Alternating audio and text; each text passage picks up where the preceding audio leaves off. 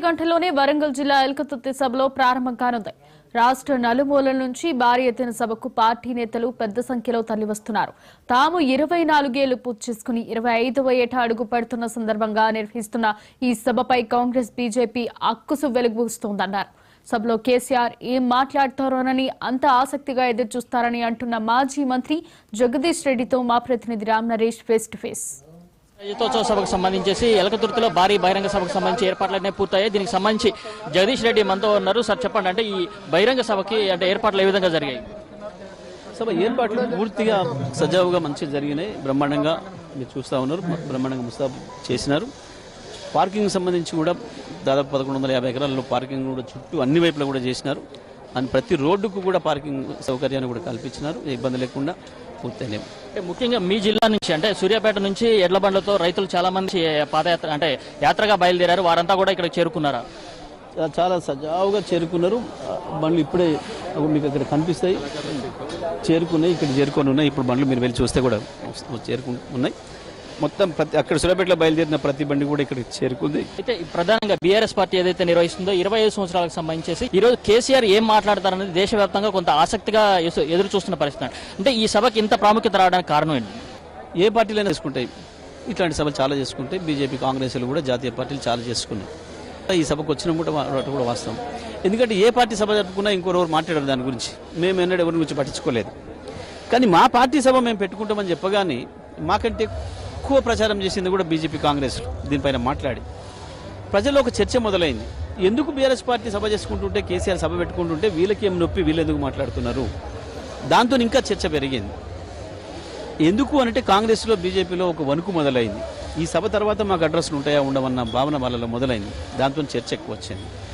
సభ మేము పెట్టుకుంటున్నప్పటికి కూడా ఈ ఏడాది కాలంగా ఈ ప్రభుత్వం చేస్తున్న దుర్మార్గాలకు వ్యతిరేకంగా ప్రజలు పెద్ద ఎత్తున ఏదైతే కదులుతున్నారో, మేము ఓటేసి మోసపోయినామని చెప్పి కసితో ఉన్నారో, మాకు ఇచ్చిన హామీలు నెరవేర్చట్లం లేదు అన్న బాధతో ఎవరైతున్నారో ఆ ప్రజలందరూ కూడా ఈ సభకు హాజరవుతా ఉన్నారు. అసలు ఏం చెప్తాడో, ప్రజలకు ఏం సందేశం పోద్దు అన్న భయంలో ఉన్నారు. కాబట్టి ఆ ఉత్సుకత కూడా మొదలైంది.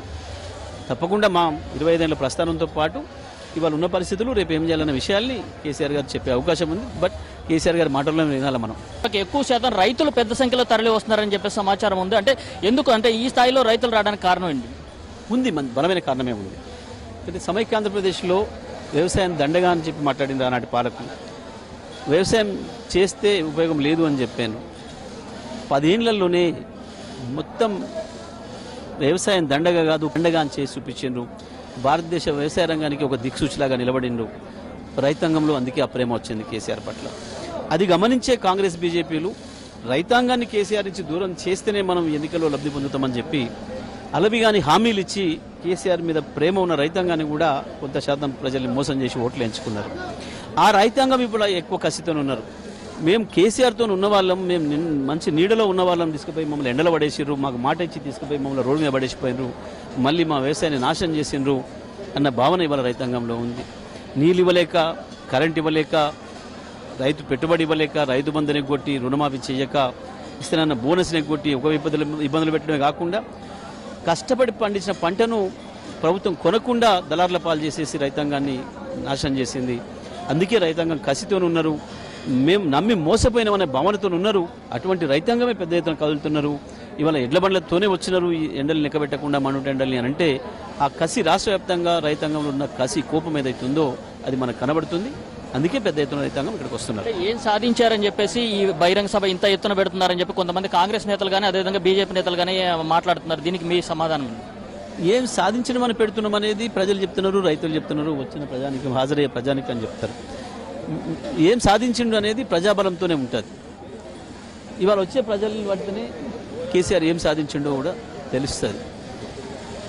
మీరు ఏం సాధించలేదు కాబట్టే మీకు భయం అవుతుంది. లేకపోతే ఎందుకు భయపడాలి? లేనే లేదు కాంగ్రెస్ బీఆర్ఎస్, కేసీఆరే లేడు, కేసీఆర్ని అడ్రస్ లేకుండా చేసినామని చెప్పి ప్రగర్వాలు పలికేటోడు ఎందుకు కేసీఆర్ సభ పెట్టుకుంటే మాట్లాడుతున్నాడు? ఈ సభలో కేసీఆర్ ఒక్కడే ఉంటాడు కదా, ప్రజలు ఎదురుగా ఒక మనిషి కూడా ఉంటాడు కదా. ఒకవేళ కేసీఆర్ లేడు అనుకున్నప్పుడు కేసీఆర్ పిలిస్తే ప్రజలు రారు కదా. మరి ప్రజలు రాని సభ గురించి ఎందుకు మాట్లాడినారు? ఇక్కడే కనబడుతుంది వాళ్ళ దివాలా కోరుతనం, వాళ్ళ బేలతనం. పాపం అక్కసుతోని భయంతో ఇటువంటి చిల్లర మాటలు మాట్లాడుతున్నారు తప్ప అంటూ ఏం లేదు. ప్రజలు బ్రహ్మాండంగా కేసీఆర్ వెంటనే ఉన్నారు. కేసీఆర్ హృదయంలో ప్రజలు ఉన్నారు. ప్రజల హృదయాల్లో కేసీఆర్ ఉన్నాడు నిండుగా. ఆ ప్రజలే బ్రహ్మాండంగా దీన్ని విజయవంతం చేసి కేసీఆర్కి ధైర్యం ఇస్తారు. కేసీఆర్ని ముందు నడుపుతారు. మొత్తంగా చూసుకుంటే బీఆర్ఎస్ రజతోత్సవ సభను అయితే భారీ ఎత్తున నిర్వహిస్తున్నారు. మరికొద్ది గంటల్లోనే ఈ సభ అయితే ప్రారంభం కానుంది. సాయంత్రం 5 గంటల తర్వాత సభ ప్రారంభం అవుతుంది. 6 గంటలకు కేసీఆర్ ఇక్కడికి చేరుకొని ఈ సభ ఉద్దేశించి మాట్లాడే అవకాశం ఉంది. దీనికి సంబంధించి అంటే ఇప్పటికే బీఆర్ఎస్ పార్టీకి సంబంధించిన శ్రేణులన్నీ కూడా ఏర్పాట్లన్నీ చేశాయి.